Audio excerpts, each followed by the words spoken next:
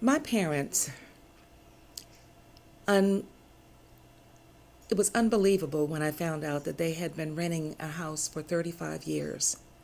And so the Chamberlain who owned those row of houses, and it was a single row of houses, 2 bedrooms, one bath and a half, a basement, and lots of land in the back. So they called me and they said, and they both were retired. So they called me and indicated, that Chamberlain said either you're going to buy it or you have to leave. And I just could not see my parents, being left out in the cold, both retired and I was raised in that house. But I was also shocked. So, being a first time home buyer, I had to use all of my resources just to, purchase a house. And we became joint tenants, you know, and that's, of course, right of survivorship. But the process was really a very, very difficult process for them, and it was a difficult process for me because the agent at that time, and I won't mention who it was. I think they're out of business now. They were not on their game, and I had to, I went in with checks and balances because I did my research, and they just didn't follow up. And I was very disappointed in the process. And I said, I know that I can do better than this. And at the time, I was teaching, in the D.C. public school system. And I said, let me get my license, and so which I did. And I began working with a black-owned company, Morel Realtors, which is based in Marlow Heights, Maryland. And at the time, Claude Morel had about five offices, and he was doing very well. And I advanced from teaching to administration, to special ed administration. And but I also was a young divorcee. I had two, children to raise, and so I did it part time for 14 years, and it gave me a good opportunity to really feel what it was and how to be a good, real estate agent. And so after about 14 years, I just decided I needed to do more. And so I retired from the DC public school system. And Remax, was calling me also at the same time. So I segued from Morel part-time to real estate with Remax full-time. And I've been with Remax now for 20 years. For 20 years. And it has been a good journey, I would say, because other people have tried to sway me away, and so forth. But I'm at a point now where if I went somewhere else, I would not be able to get the kind of commission that I now have.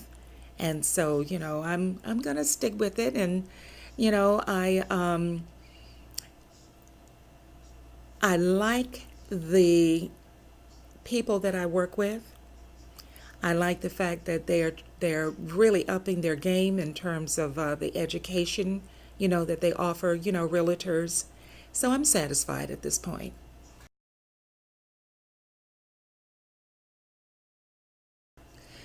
It didn't really. The competition was not important to me. It wasn't something that I thought about in terms of, oh my God, I'm a new agent, and I just didn't think about it.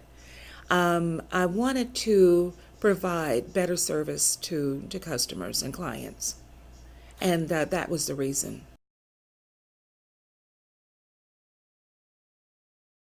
No, there was no resistance. We started out in Marlow Heights, and we were waiting for the Georgia Avenue office to open, and we were just a family, and we supported one another, and and there were more experienced agents who were there, and they sort of served as our mentors. And so, we felt we were young, we were felt that, we were invincible. And we felt as though, that if anything were to arise that became a complication, we also had our broker, to go to.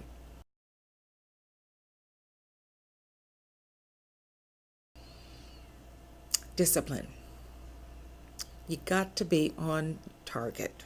You can't take a vacation, even though I do. But discipline, doing it every day, making sure that you ask your clients for surveys at the end to see how you're doing. And it's a daily operation, that you have to consistently work on. And we're human, so therefore we're not going to be on target each and every day. But you get up the next day and you start all over again.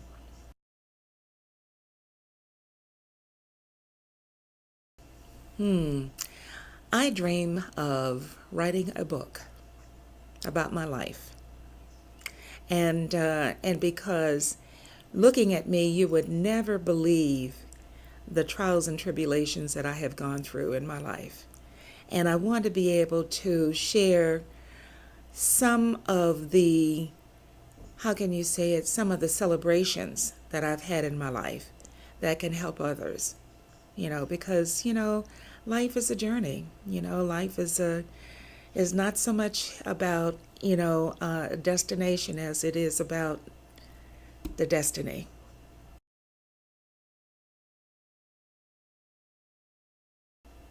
Hmm, that's a good question. Um, I think that I have to think about that because I have so much. I have two wonderful children, by birth, and two wonderful children that God just gave to me. And then I've got five outstanding grandchildren. And so, I would like to be in a position where I can really have a trust fund for each of my grandchildren. That would be something that I would really like to do. I'm starting one now. My oldest granddaughter, Afia, is her second year at Harvard, and I have from 4 to 18. 4, 7, 10, 13, and 18. So being able to provide for them is why I'm still working.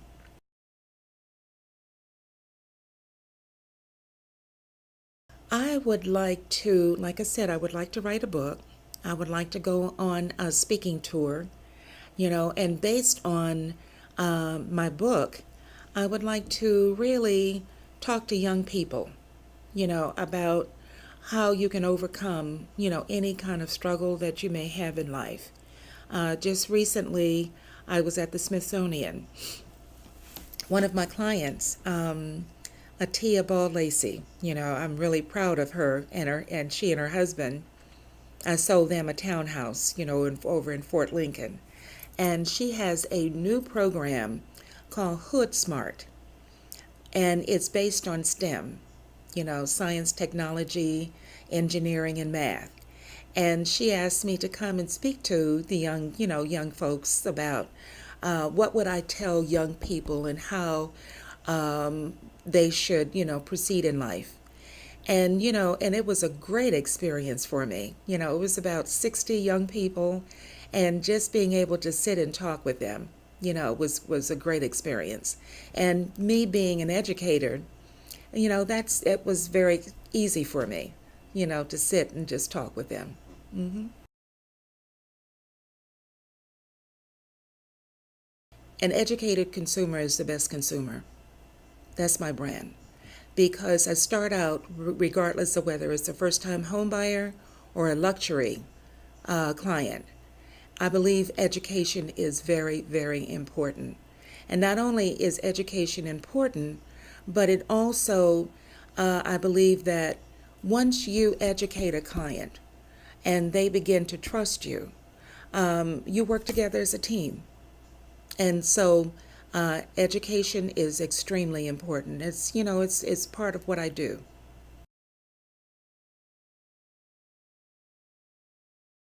Oh my gracious, a realtor is a multifaceted.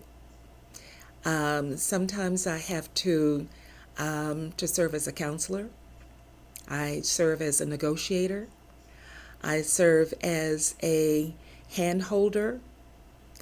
I served as a trusted advisor. So all of those things are part of being a real estate agent. And I'm finding that the younger agents, they know the technology, which is very important, you know. But however, sometimes they're missing that element of humanness, which is extremely important. Discipline, you know, scheduling. Scheduling a time to sit down and really, because you're here, there, and everywhere. You got so much going on all the time. And so the main thing is just being able to block out the time to do it. And that's what I'm working on now. I'm blocking out time. I want to sit down and do a daily schedule of what I have to do. I mean, from A to Z, and which includes exercise, my diet, writing the book, prospecting, dealing with my clients. I mean, it's just it's discipline.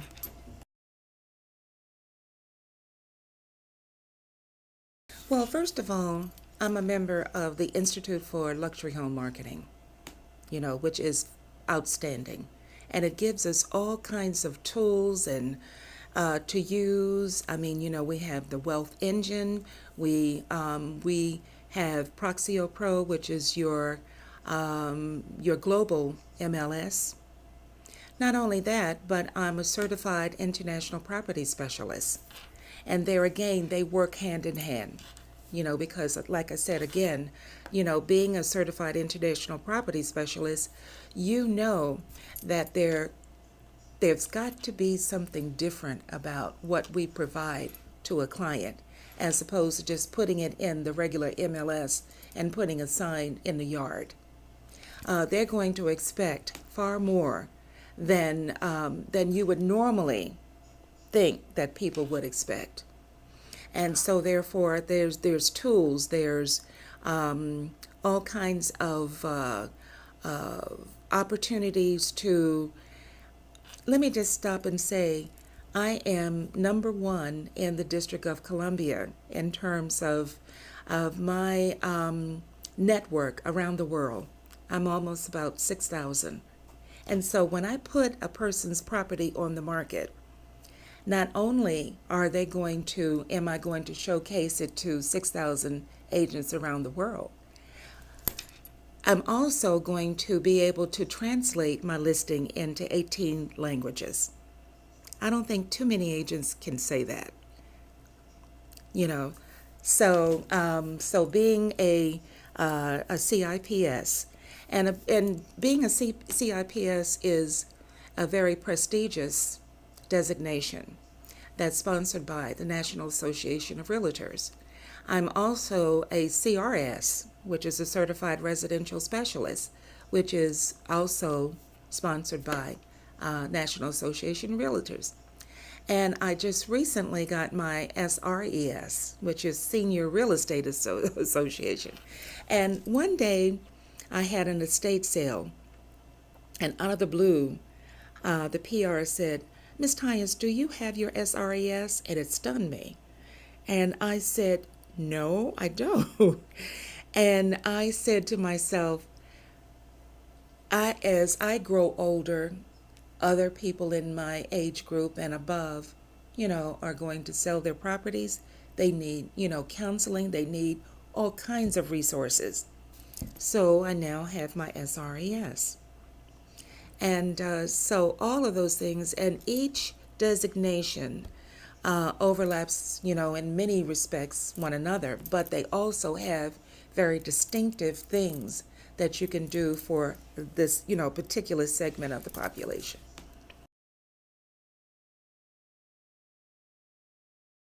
When I was in around 2003, I had a team of about 10 people. And oh my gracious, it was just an outstanding time. You can almost, sell a barn. You didn't have to, market it or anything. It was ridiculous. And so from 2003 to about maybe 2007, the money was just rolling in. It was just ridiculous. I had a transaction coordinator. I had three assistants. I had other agents that were working, with me. And then one day, and all of my business during that time was by referral. And and the phone just one day stopped ringing. And I said, oh my gracious, what am I going to do? And of course, I had to downsize. And I sat and I just mulled over. Now the phone is not ringing, and I want to continue to do this. So what do I do?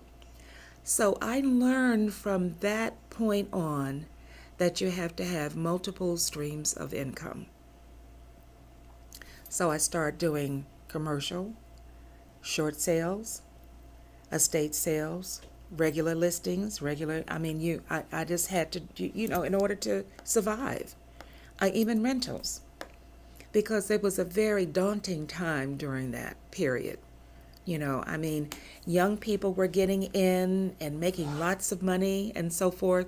And then, all of a sudden, it stopped. And all of those people just sort of, they were washed away, you know. And so I would say that in real estate, you have to be prolific.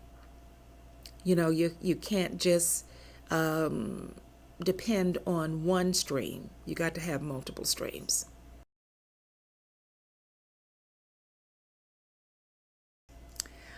I'm excited about my grandchildren. I'm really excited about their growth and development, and also I do a lot of traveling, and I love traveling because traveling offers you an opportunity to see how other people live. And we as living in the United States, we complain about a lot, but when you go to other countries and so forth, I'll give you an example. One of my favorite places is Bahia, Brazil. I love Bahia. In fact, I'm planning on going back in January. And the spirit of the people, they may not have a lot, but their spirit is so crisp and clean and clear. And to be in that environment you know, is just wonderful. And I just came back from Cuba, and I spent time in Santiago de Cuba and Havana and Cienfuego, and it is just delightful just to be in other people's midst, and enjoy their culture and enjoy. So I want to do more traveling, and I'd like to take my grandchildren also.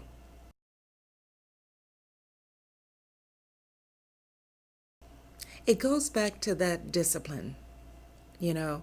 Um, I'm finding out that I do my best work when I have a coach or a mentor. When I'm left to my own devices, I watch TV all day.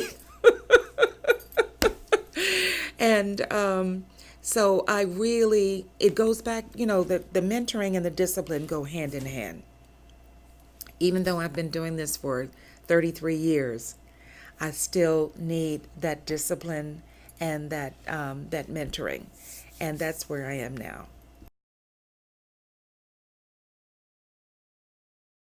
I like to write.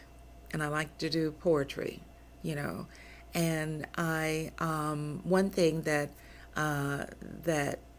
was taught to me is that when you do a listing, tell a story.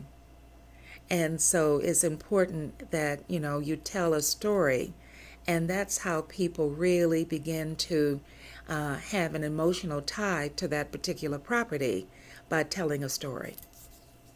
And so I love to travel, I love to write, I love to work with young people.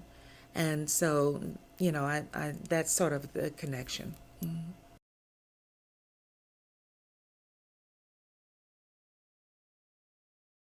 My 10-year-old person was in flux.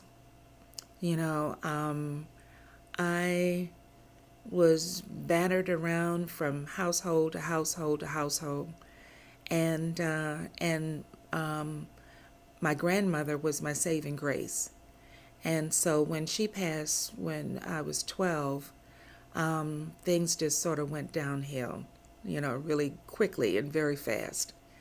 And so I've always had a fighting spirit. And that fighting spirit is what kept me alive. So very few people would even know that, and would even, think that that's something that I experienced. Hmm.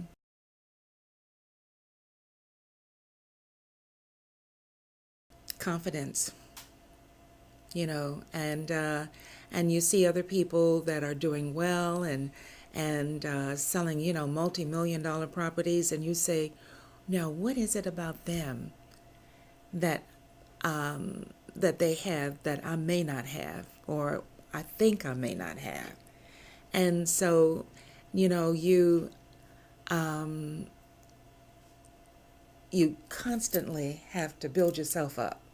You have to do affirmations. You have to look in your mirror and say, hey, you're the best thing since sliced bread. And you can do this. And so it's a constant thing, it's a constant thing. And it's a constant not only with the confidence, it's a constant thing in terms of the litmus test, in terms of the learning curve. How much can I learn to help me, to build my confidence, to build my skills, to build all those things, and, getting into luxury.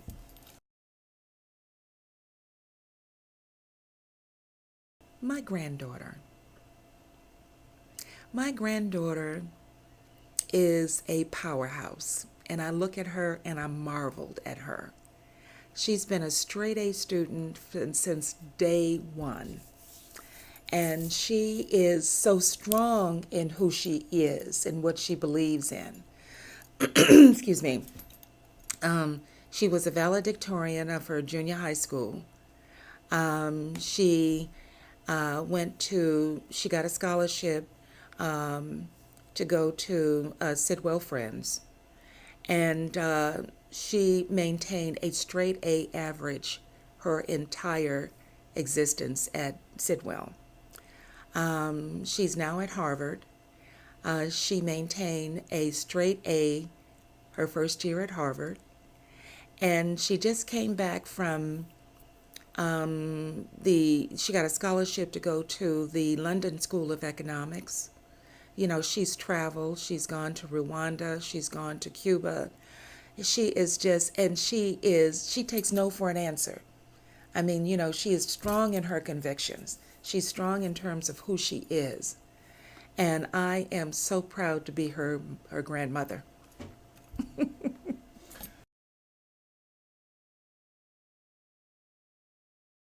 I am Ansa Tyus, and I have a master's degree in education from Howard University.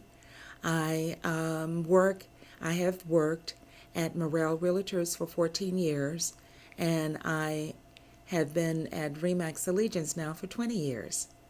My telephone number where you can reach me, anyone can reach me, is my cell is 202 345 0563. My email address is ansa.tyus, that's ANSA dot TYUS, at rmxtalk.com. And I'm currently working on my luxury website, and it's under construction. But you can also reach me at dcmetrorealestate.net. And I've been doing this for quite a while, and I propose that I will be doing it still for quite a while.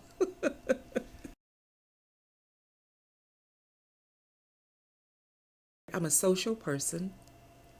I am, but I also, everyone who, when people hire me, they know that I'm going to come in and I'm going to be very truthful, about what I see and what I propose going forward. And and that is very important to me. And it may not work for a lot of people, but I can't change my game at this point. I have to be truthful. And I want people to be truthful to me as well, because, you know, um, there are different types of personalities. And, as a real estate agent or a realtor, you're working with all kinds of people all the time. So you really have to listen to a person, rather than talk all the time. Listening is very important. And that way you know how to proceed with that person.